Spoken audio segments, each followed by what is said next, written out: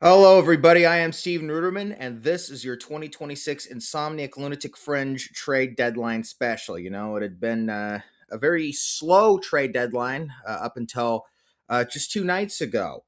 There's a lot of speculation of whether the upcoming lockout will have an effect. Well, the first trade was Tyreek Skubal to the Dodgers. Now, never mind that teams like the Brewers and the Rays could have easily made this deal. They traded three prospects, they being the Tigers for Tyreek, the Dodgers traded three prospects, the Tigers for Tyreek Skubal, and everyone is freaking out. This is why we need the lockout. You have all the bootlicking fans saying the owners need to lock out the players because of a trade that the quote unquote poor owner of the quote unquote small market Tigers green lit, by the way. And this will be one of the guys who, of course, will be crying poor come December 2nd.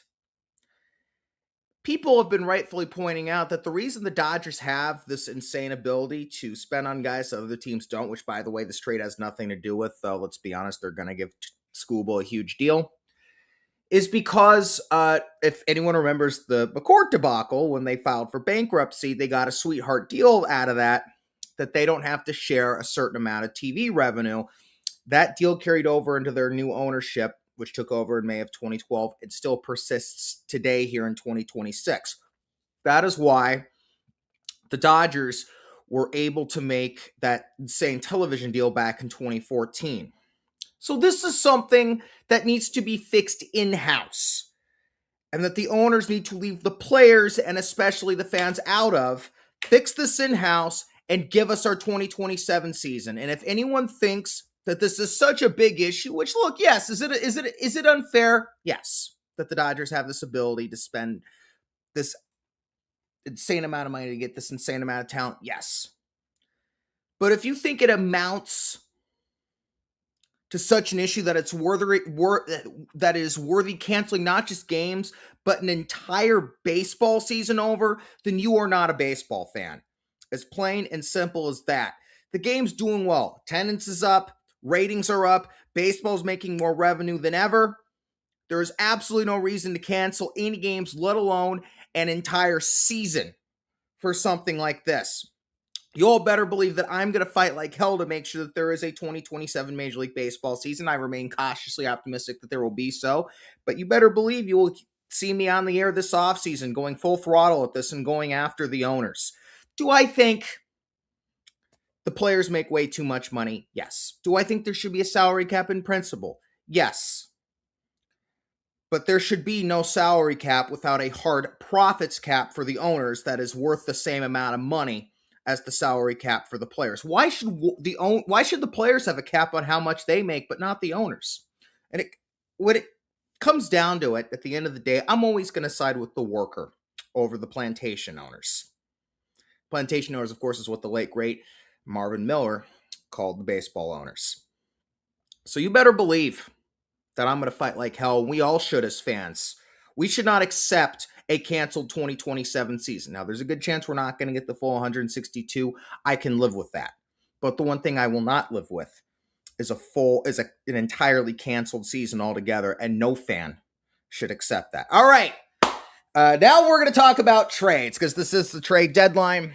Of course, I cover the Giants for Sports Radio Service. My friend Sam Lubman, he covers the Giants for 95.7 The Game. He is the morning producer on the Morning Roast, 6 to 10, Monday through Friday on 95.7 The Game, and the co-host of the Orange and Black Weekend Wrap, 9 a.m. to noon on Saturdays. Mr. Lubman, how are you, sir?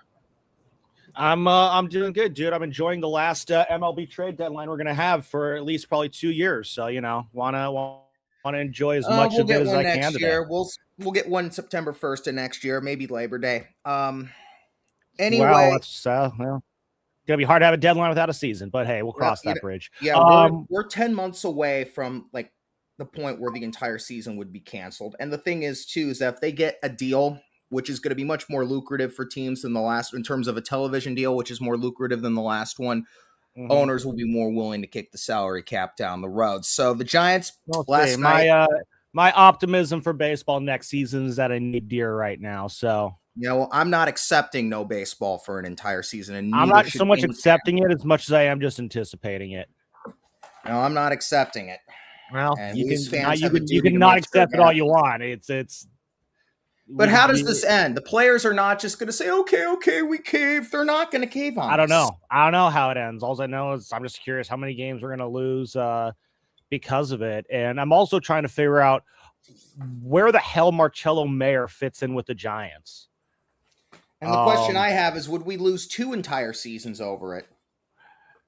I don't think we're going to be losing 2 seasons over Marcello Mayer, but I don't know. I mean, this is the guy, he's hitting 270 for the Red Sox in the minors, 10% walk rate, 17% strikeout rate.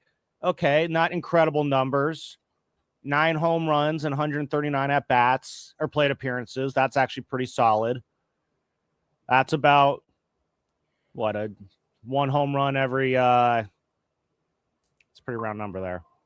Well, all right. So the Giants yesterday traded Tyler Mahle to the Braves. It's about 10% home run rate there.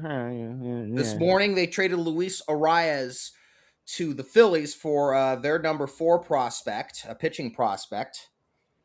And then the Giants traded Robbie Ray to the Padres. I hope they left him in San Diego for their their number 4 prospect, who also was a pitching prospect. And now the Giants are finalizing a trade to send Elliot Ramos to the Yankees. So the 3 guys we expected them to trade, Arias, Ray, and Ramos, have all been dealt. Ramon Marquez, he's the kid from the Phillies whom the Giants have acquired. I don't know if the trade with San Diego is finalized yet. Yes, it is. I believe it is, yeah. Kiner Martinez is the kid the Giants got. Or no, that is not. Who's the pitcher the Giants got? They got Ramon Marquez from the Phillies. Yeah, they got so for Arias, Miguel Mendez is the guy they got from San Diego. Miguel Mendez, the 20-year-old, I believe, the 24-year-old Miguel Mendez. He's been in their system for 6 years. He's in high A ball right now. So I don't know. Say what you will on that one. He was their number 4th rated prospect. I haven't seen where his updated ranking is, but the 4th rated prospect in the Padres is not going to be the same as the 4th rated prospect in something like, say, the Yankees or the Phillies organization. The Padres farm system is not good. Well, we do not know who the Giants are getting back from the Yankees just yet. It is 2:36 Pacific time. We've got 24 minutes until the deadline.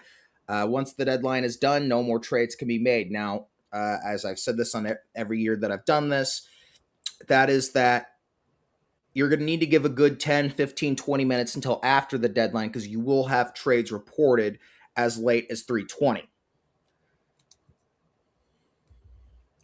So, Sam, do we have any clue on who the Giants are getting in return from the Yankees? A lot of people think the Giants So I'm seeing right now, Shayna Rubin had this. It's left-handed pitcher Henry Lelane and shortstop Caden Kent.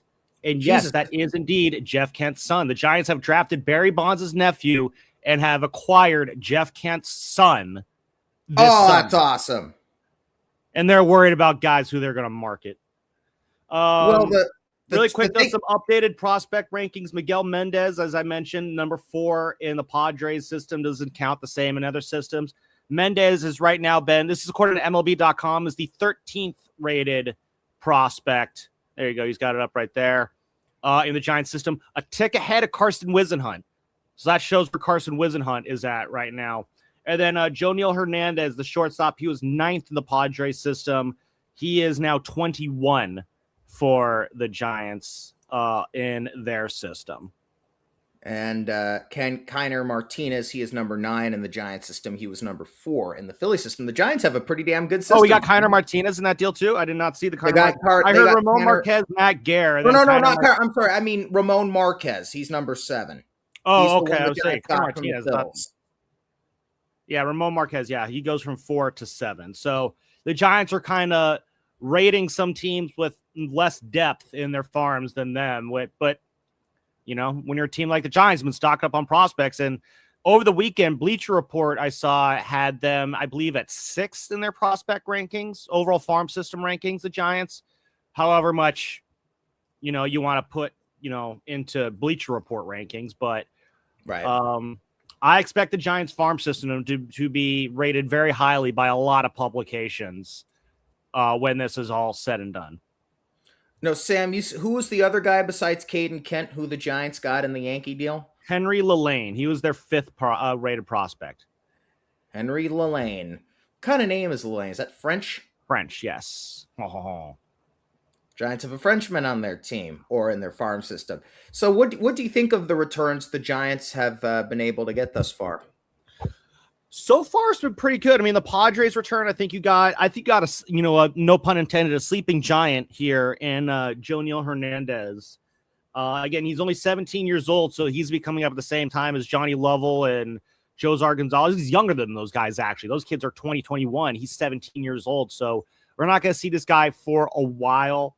Ramon Marquez, the guy they got from the Phillies, I'll say this. I like to see how people in the know will sometimes react, and I caught a tweet from one of 94 WIP, the sports station out in Philly. One of their afternoon hosts said, "Seeing Ramon Marquez in this deal makes me want to die." So that's a good sign. Well, Dave Dombrowski, man, the Phillies have come back from their bad start earlier this year, but I think the Phillies are a team that's starting to get old and on decline and not paying much attention to their farm system.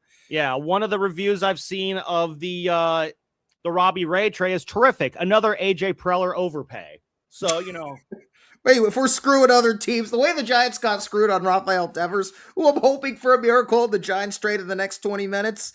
But probably shouldn't get my hopes too high, huh, Sam? Well, again, I think so far Buster's done a pretty solid job. This is the second deadline in a row that he has netted some pretty good prospects. Last year, the deals he made, there's Tyler Rogers for Blade Tidwell, for Drew Gilbert, Blade Tidwell, Jose Buto, a big league rated reliever. Gilbert was the 11th rated prospect for the Mets. Tidwell was the 16th. Camilo Doval got flipped for Tristan Vreeling, who was the 19th ranked prospect for the Yankees at the time.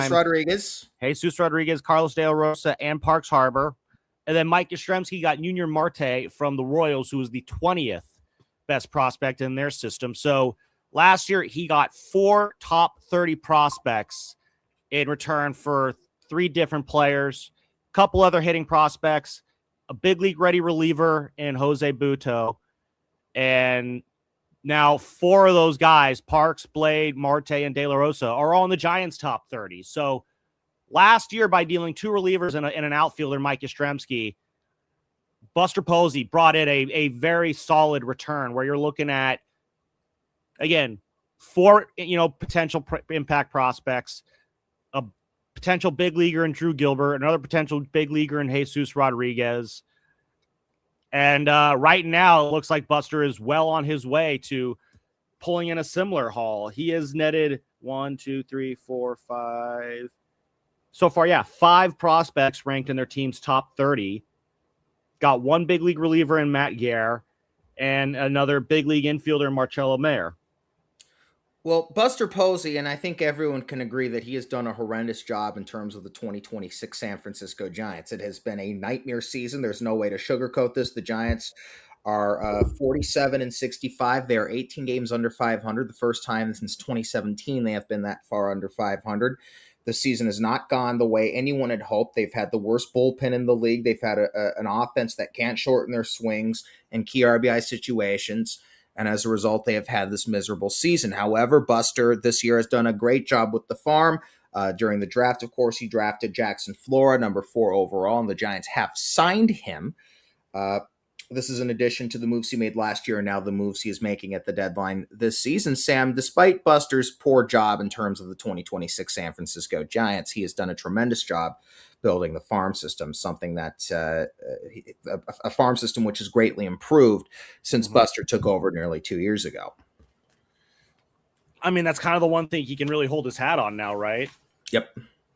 He can't turn to the on-field product is not good. The coaching product is not good. And the 3 biggest deals that you've made have not been good. So, I really, if he can figure out a way to move off one of these deals, if you got to eat a fat chunk of the money, you got to figure out a way to do it. Well, we got 16. It's incredibly hard to do, but I don't know. I'm curious, and Buster's going to talk after about 3:30, and one of the things I hope to get in there and ask them is just how much conversation was had with other teams over moving those three. Was it ever close? Are you going to be part of that? I'm gonna try and jump in on that. Yeah. Okay. What I was going to say is that there are still 16 minutes left. And I say that because there is still time to trade Rafael Devers. Of those three guys, Willie, Rafi, and Matt Chapman, the guy they need to trade is Rafael Devers. We saw what happened at the end of his time in Boston. We've seen what has happened since his time in San Francisco. A weekend, blowing off Will Clark, doing practice at first base, and then just last month on June 21st in Miami, throwing his little temper tantrum when Tony Vitello wanted a pinch run for him. It was one of the most egregious displays I've ever seen from a player in my, going on 26 years now watching baseball. That is something that is never acceptable under any circumstance. And if the Giants are going to move on from one of the three guys, it's Rafi. I've mentioned, I think the Yankees are a team that could be a good fit for Rafi. And I say that because they got the short porch in right field at Yankee Stadium for a guy who loves to hit home runs. They need a third baseman, which is where Rafi likes playing. They put up with Jazz Chisholm, who's even worse over there. And Brian Cashman may just be nuts enough to take that kind of deal should the Giants be willing to eat about $100 million of it. I mean, if that's what it takes, then that's what you got to do. I mean, again, I'm all for having them eat the money. I'd eat the whole $200 million left and just send it to them for free, and then see if you can get a prospect back in return. Even I'm fine with that. But again, that's just a lot of money to ask them to eat. And we could sit here all the live long day and say pay it. Demanding that they pay it and expecting them to actually pay it. I think those are just two completely different conversations here. So looks like the Ramos trade, though it isn't official, it's more or less official. Sounds like Ramos is having his goodbye presser with the Giants beat core right now. I'm a little sad to see Ramos go. Ramos, of course, was one of the Giants' top prospects, one of baseball's top prospects, and then really fell off around COVID. I think he may have even been brought in by the Bobby Evans regime. And I think 2017 is when he was drafted.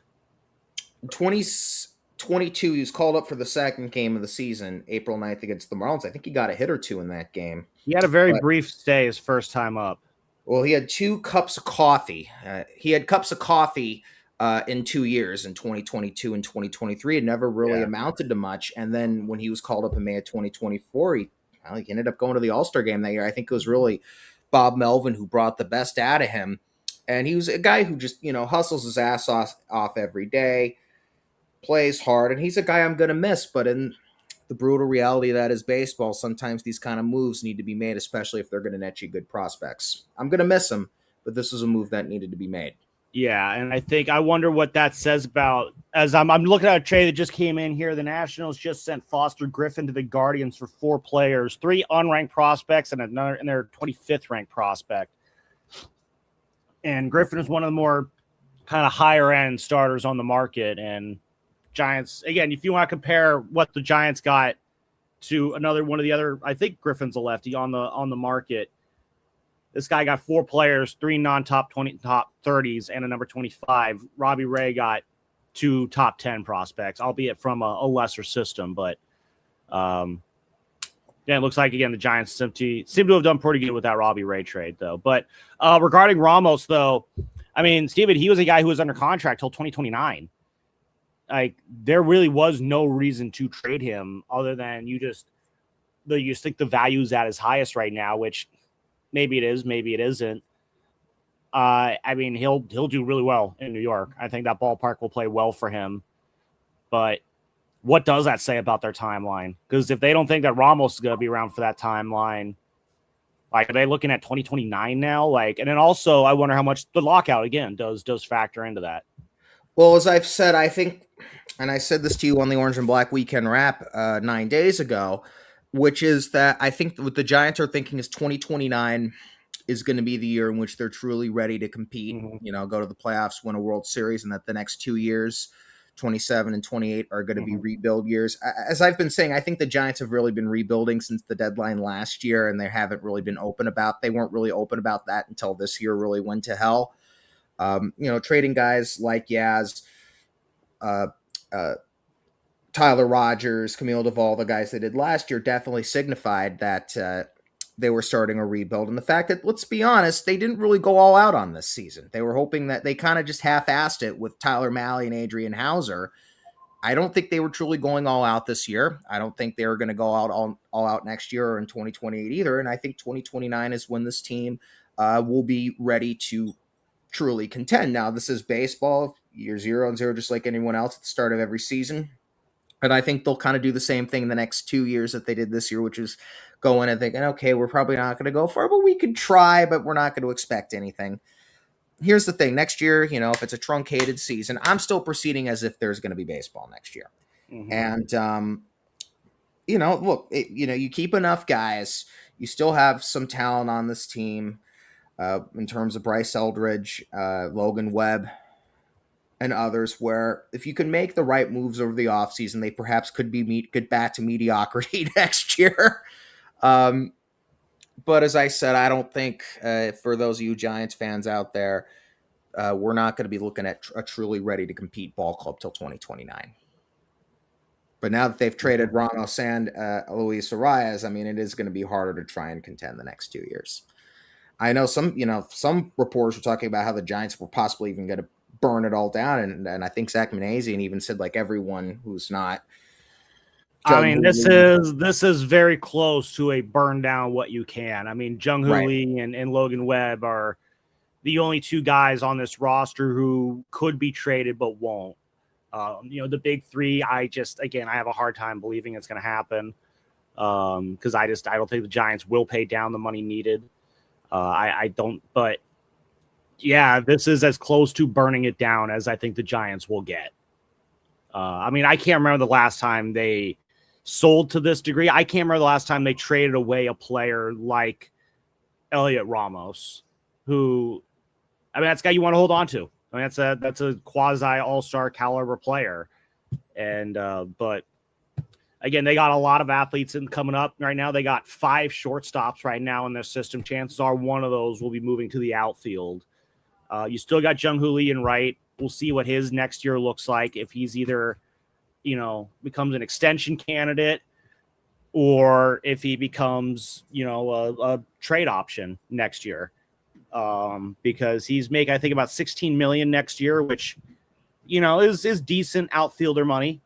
But if he keeps playing the way he's playing, his value is going to be very interesting. Now, next year with Jung-Hoo, his contract is up after 29, but he has an opt-out after next year. Opt-out after next year, and then his contract goes through 29. That is correct. 29. I hope the Giants do extend him. I mean, it'll be interesting to see how much he'll want. But I think he's done one the Giants should extend. So you think of who the Giants are going to have next year. They're going to have Eldridge. Mm-hmm. They're going to have Logan Webb. They're going to have Jung-Hoo Lee. They'll have a healthy Casey Schmidt. Now the question is, can Schmidt have the same kind of year next year that he's having this year? Yep. The rest of this year, we're going to get a good look-see at Jesus Rodriguez, who, I'm a big fan of. Mm-hmm.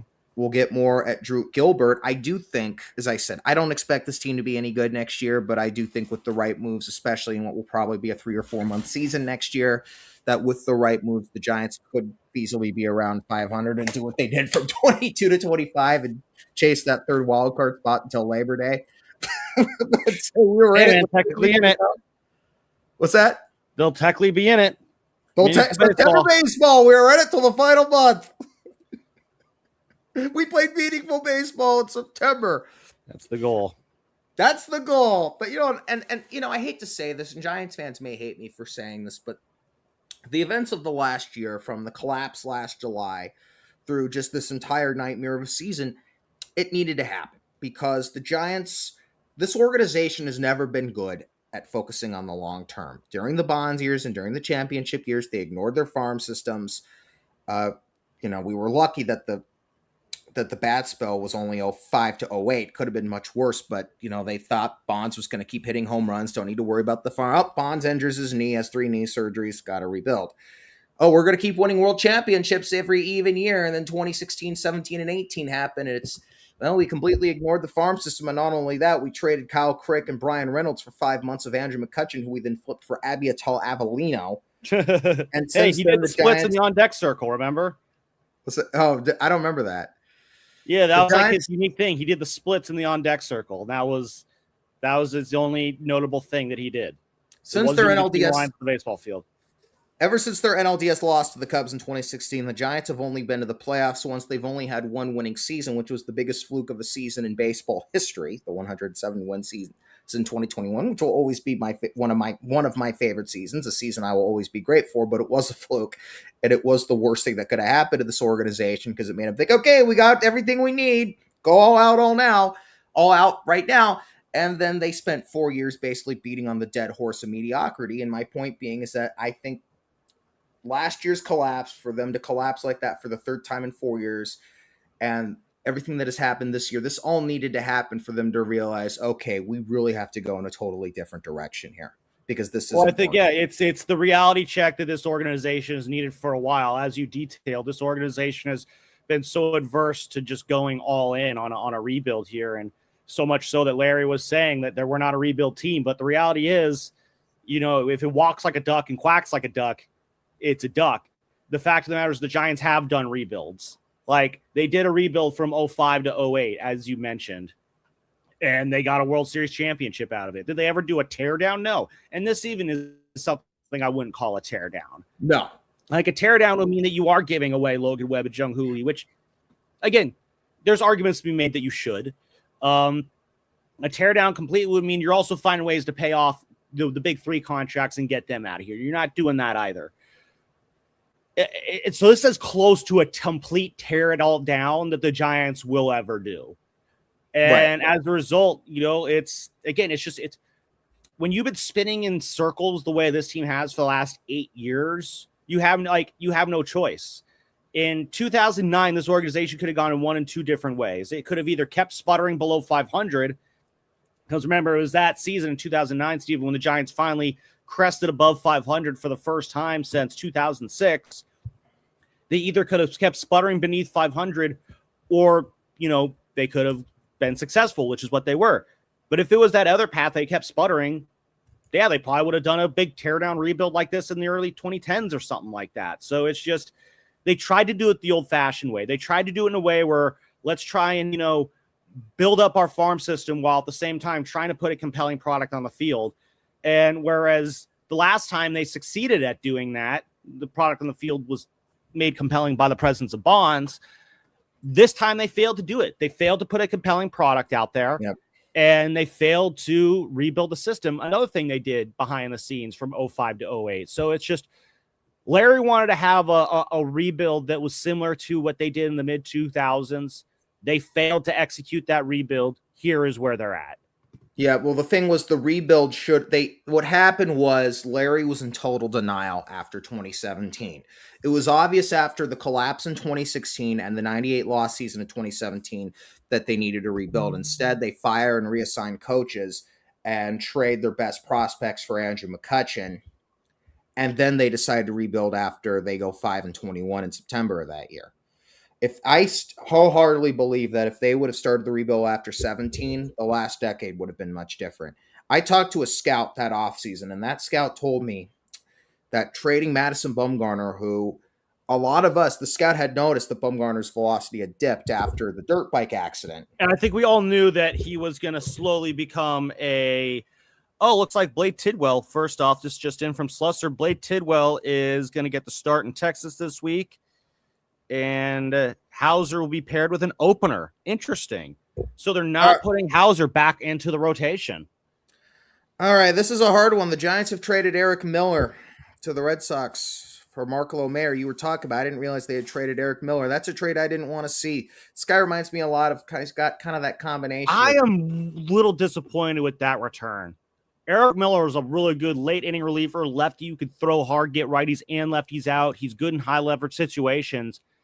And you moved him for a guy who, I'm going to be honest, he looks like a fringe backup infielder. I thought he could have been a closer. I think he has that kind of stuff. I think he's more of a setup guy, but I think he works as a closer too. I mean, he would have been, him and Randy Rodriguez could have locked down the 7th and 8th innings next year, or 8th and 9th innings. If I would have kept him that for next year. The thing is, with He kind of reminds me of Rob Dibble and Norm Charlton, just that personality. Remember, he got the save in Cincinnati on April 16th and then was screaming at Sal Yeah. Stewart after, which was Yeah. unnecessary, but kind of funny. I'm going to be honest. I do not,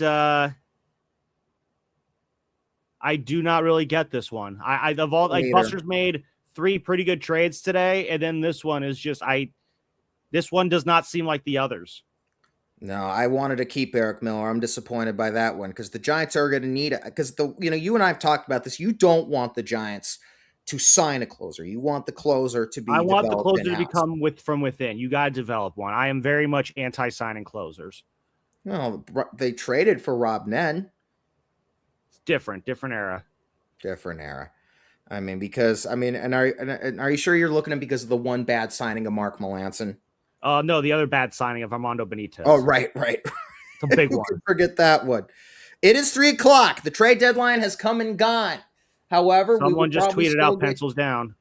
We will probably still get reports of trades coming in over the next 20 minutes. So will there be a miracle in the Giants trade Rafael Devers? I doubt it, but you never know. We'll know for sure in 20 minutes, but it is 3:00 p.m. Pacific, 4 Mountain, 5 Central, 6 Eastern. The 2026 Major League Baseball trade deadline has come and gone. Thus far, the Giants have traded Tyler Mahle to the Braves. They have traded Luis Arias to the Phillies, Robbie Ray to the Padres, Elliot Ramos to the Yankees, and Eric Miller to the Red Sox. And should there be more, we will hear about it in probably the next 10, 15, 20 minutes. But, I thought the Giants, overall, should this be it, which I suspect it probably is, I think the Giants, Sam, had a good deadline. I think they did pretty well here. Again, unless something else trickles in here.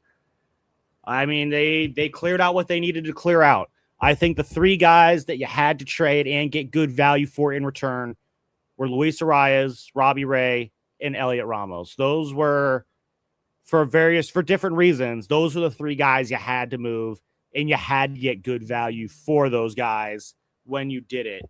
And Buster went 3 for 3 on those 3 deals.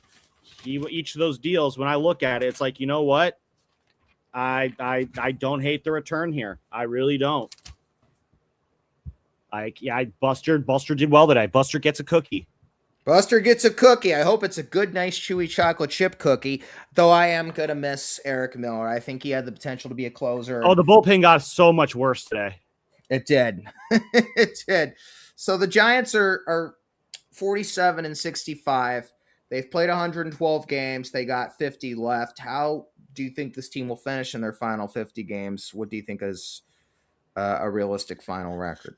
I mean, it depends on who gets put on the roster too. Yeah. Who gets added to the 40-man. Again, the reality is who gets on the 40-man is a very, very big deal because if you are on the 40-man during the lockout, you cannot interact with any coaches. If you are not on a 40-man roster, you can still interact with coaches and instructors and with the team officials and stuff like that. And some guys, they're going to want to still get coached up next year and get workouts in. And if they're put on the 40-man roster, that obviously deprives them of that. So there's a lot of guys that you might want to be excited to see, whether it's Marquez, whether it's Mendez, whether it's Caden Kent. It's a very good chance. Perhaps Bo Davidson, we could get a look-see at him. Again, I don't know because oh wow, Padres are getting Casey Mize right at the buzzer. That's a big one. He was the guy that was drafted ahead of Joey Bart in 2018. Yep, as we were a Pablo Sandoval walk-off home run away from having Casey Mize. Casey Mize never really panned that much either. Joey Bart also got traded today. I think he went to the White Sox. Joey Bart got traded? Joey Bart got traded. Oh, wow. That's crazy. Wow, yep, so the 1 and 2 picks in 2017 drafts got traded today. Yep. 2018 draft. And again, that kind of goes into if you're of the belief that you got to tank for a top pick in the draft. That right there, Steven, is why I do not like tanking for a top pick in the draft. You are just as likely to get an all-star in the 10th round as you are the first round. You would rarely ever see the number 1 and number 2 pick of any draft traded in any other league. and yet it happens here in baseball. And Look it's at not some even of the going to be that guys, much the of a shock. Astros. What was it, Mark Appel, the guy, the Astros? He never panned out. All right, so let's see. So looking at their 40-man guys right now, Bo Davidson not on the 40-man. So I don't know if we'll see him. I mean, we could. This isn't a. There's no chance they come on. It's just there's going to have to be a decision made. Do they want them to get coaching next year, or do they not want them to? And so here is the thing with next year in the lockout. There will be a minor league season regardless. This does not affect the minor leagues. And there will be. Well, that explains why 40-man, non-40-man guys are allowed to keep working with coaches then. And there will be, Tony Vitello and the major league coaching staff will be there. We saw that happen during the lockout in 22. Gabe and his coaching staff were all there in Scottsdale during the lockout in full uniform, the cream pants and the orange and black jerseys and hats. And that will be the same next year during the lockout. But as you mentioned, if you are on the 40-man, you will not be able to be a part of that. But if you're on the 40-man, you won't be able to be a part of that. But if you're not, you will be able to. So like if everyone's like, we want to see one of these new prospects you called up, I don't know who makes that cut there. I'm very curious to see how that plays out. I am too. It will be interesting to see how this all unfolds, and we'll take a look-see now at the Giants. Oh, even better, Marcelo Mayer is on the injured list right now. 10 or 60. Stress reaction in the forearm. He is on the 10-day IL. Yikes. Now you look at Bo Davidson, won't be ready till next year, but he is someone that he's been out for over a month later this year. I'm really struggling with this Eric Miller trade. I am too. I don't like it. This is very interesting. I feel like you just kind of gave Eric Miller away. And Eric Miller had team control too. Yep. Not a good move. We'll probably see Miguel Mendez later this year as well. Perhaps we'll see Parks Harbor. The guys will get a look-see. And especially now the trade deadline has come and gone. And now that, we are truly 50 games left and the moves made and play for next year mode, we're going to see some guys. We're going to see some prospects play these next 2 months. As I mentioned, we'll get a lot of looks at Gilbert. We'll get a lot of looks at Jesus Rodriguez. But as I mentioned, Miguel Mendez, Bo Davidson, Parks Harbor. I think we could easily see all three of those former guys. Number 4 overall pick, Marcelo Mayer, in the 2021 draft. We might see him. All right, I'm starting to see. So he's ARB eligible in 29. He's a free agent in 2032. So he's a middle infielder with some big league experience and a lot of team control. Let's see. Well, the Giants have a surplus. The Giants have a surplus of people of shortstops in the minor league system. I mean, Joshua Gonzalez will probably Marcelo Mayer in 2023. All right, now it's starting to come together now. In 23, Mayer was the Red Sox number 1 rated prospect. Mm.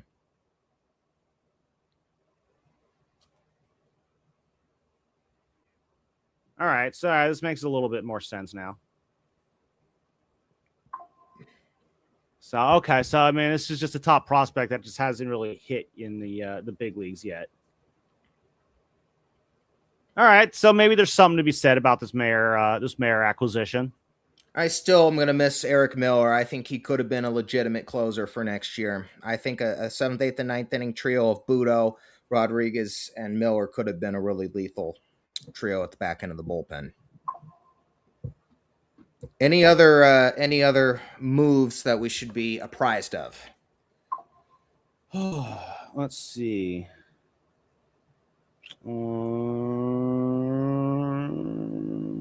Doesn't look like it.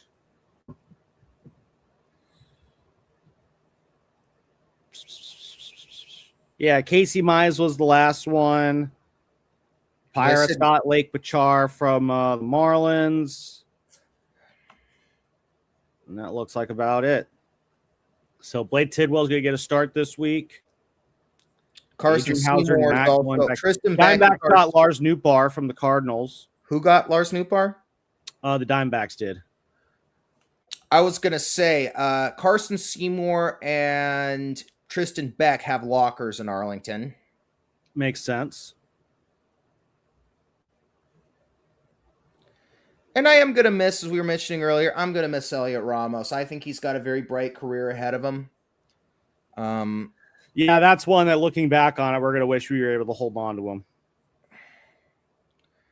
It's possible, but hopefully what we get for Elliot will make it all worth it. So, unless, as I said, we still could get, it's 3:09, so in the next 11 minutes, we could still get some trades reported.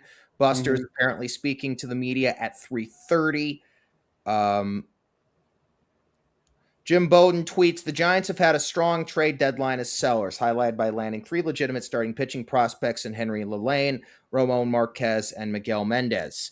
And that's the one good thing Buster has done is over the last 3 weeks or so, bringing in pitching prospects. But as I mentioned, he has like a whole surplus of shortstops. Joshua Gonzalez, he's the guy I kind of is at the top of my list right now. Yeah. Mendez, Johnny Level, Gavin Killen, who's a second baseman.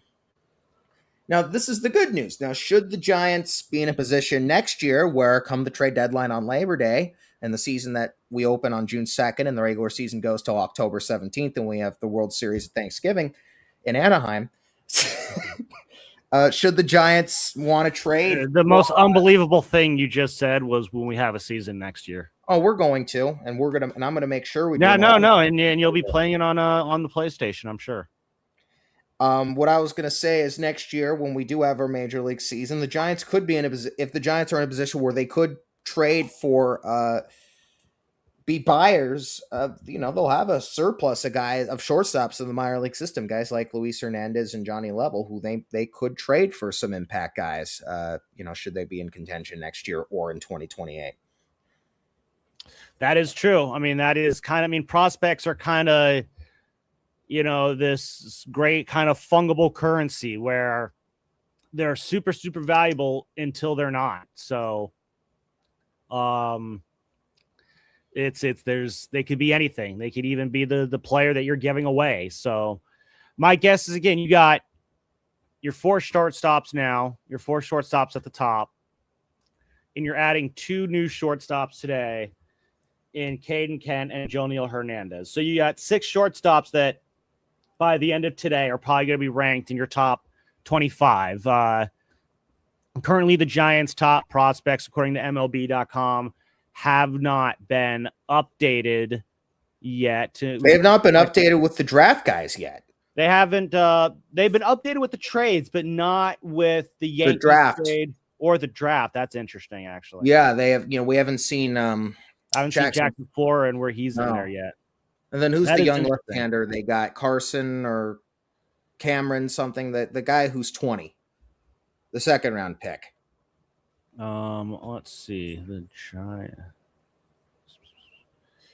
And yeah, as of right now, Fangraphs hasn't updated their team prospect list either. That's from 2 months ago, actually. So they'll probably do another update, I'm sure, in the next day or so. MLB.com a little bit quicker on updating these things. But so you got, again, Ramon Marquez debuts as the 7th best prospect in the Giant system now.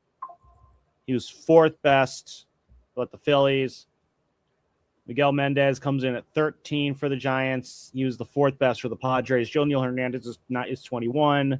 He was the 9th rated prospect for the Padres. So Giants got, again, a lot of good that's 3 top 10s right there. And another one, Henry Lelaine. So a lot of depth in this system now. And I'll miss Luis Arias. I'm hoping the Giants can bring him back next year, but I don't think that's going to happen. I don't see the fit unless, again, the Giants move one of the big 3 contracts. Right. Because I mean, if you're going to pay for a guy for 5 to 6 years, that's Arias is going to be 30 next year. He's the kind of guy I would give 5 or 6 years to.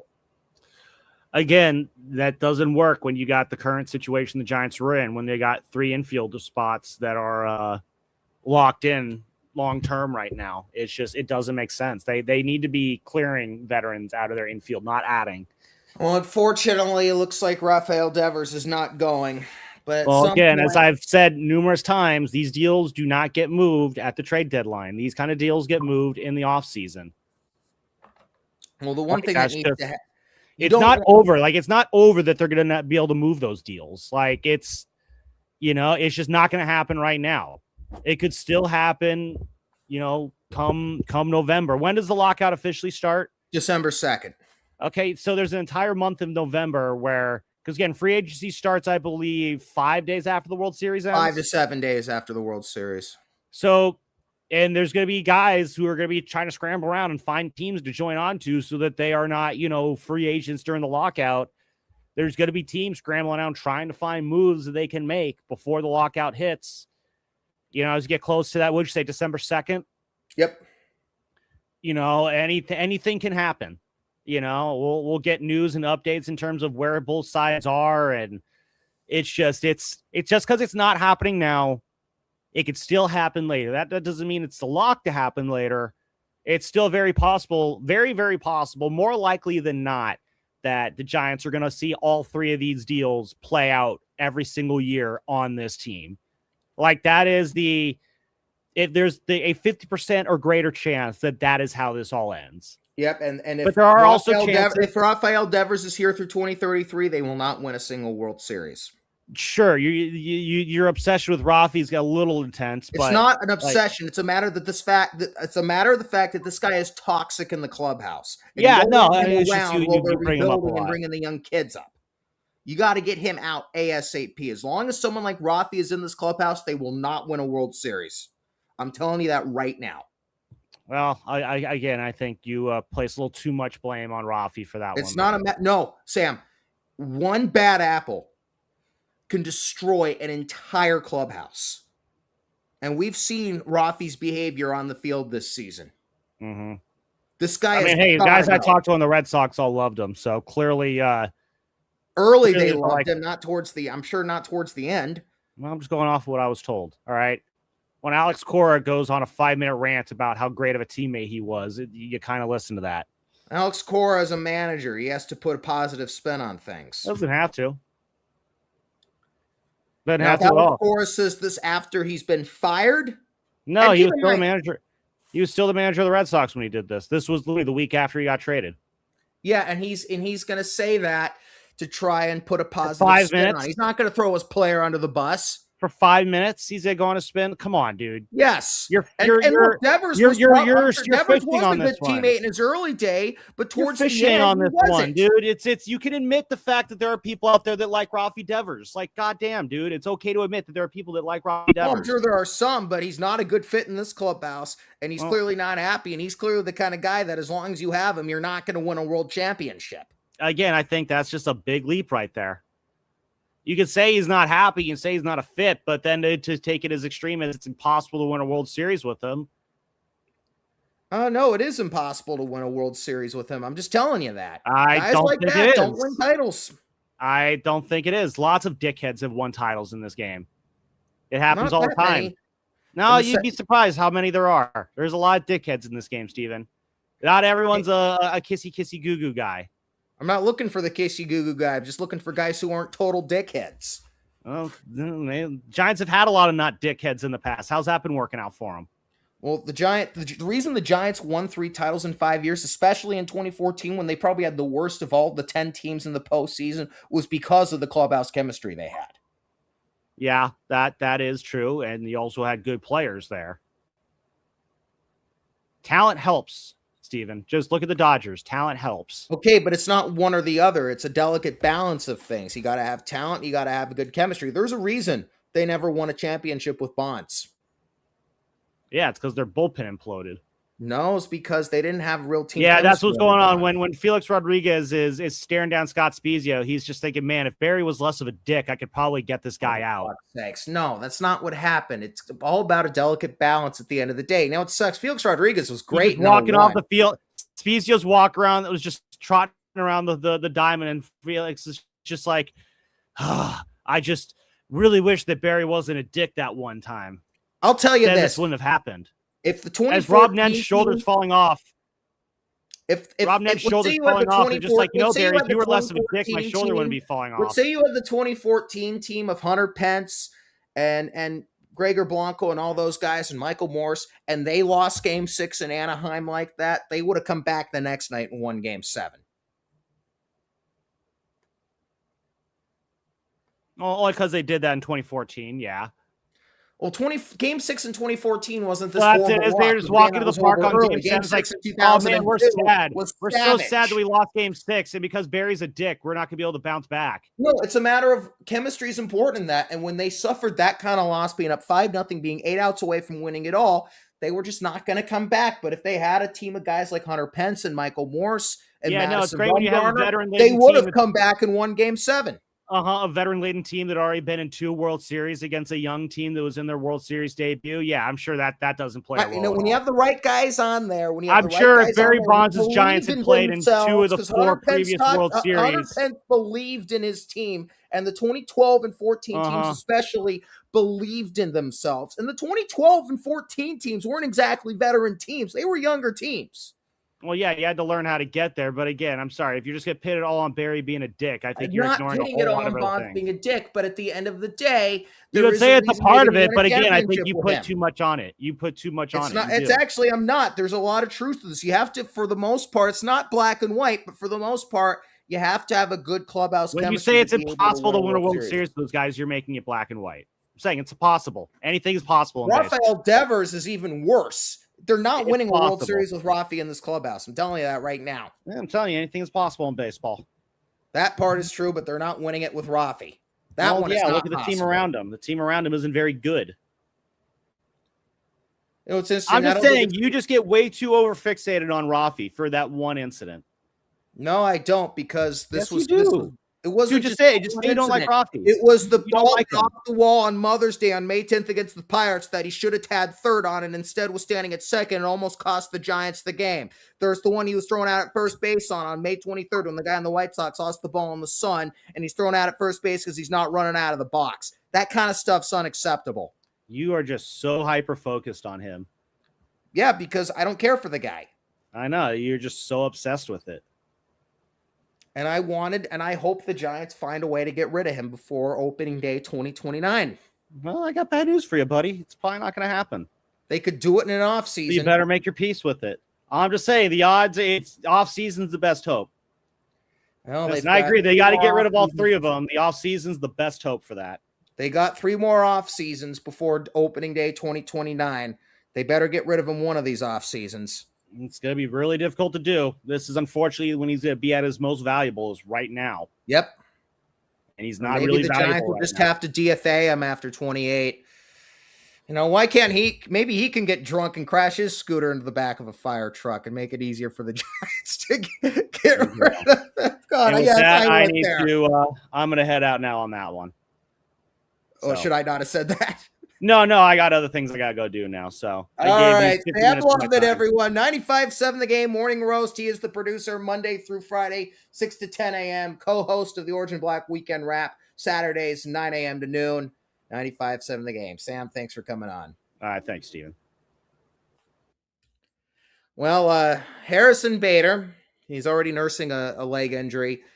He got drunk, it sounds like, and further injured himself when he crashed his scooter into the back of a fire truck. The Giants have suspended his payment and could potentially suspend the contract altogether, which runs through the end of next season. People will look at some particular instance, whether it was Pride Night or whether it was Rafi in Miami on June 21st, or whether it's Harrison Bader. Say, well, this is rock bottom. This season, the 2026 season, has been rock bottom for the San Francisco Giants. As plain and simple as that.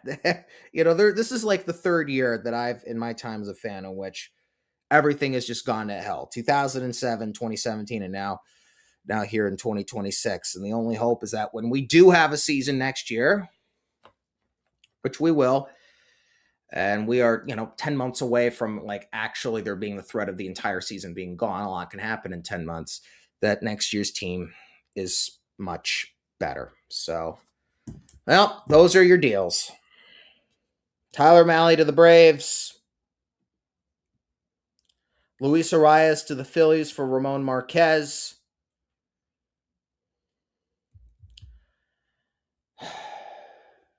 Robbie Ray to the Padres for Miguel Mendez. Elliot Ramos to the Yankees for Caden Kent and Henry Lillane. And Eric Miller to the Red Sox. For Sam Bloodman, I'm Stephen Ruderman for my boss, Lee Leonard, because this is a production of Sports Radio Service. The views and language of this show do not reflect those of Sports Radio Service or Lee Leonard or their advertisers. I'm Stephen Rubin. Hope you enjoyed the 2026 Insomniac Lunatic Fringe trade deadline special. Have a good day, folks. We'll talk to you soon.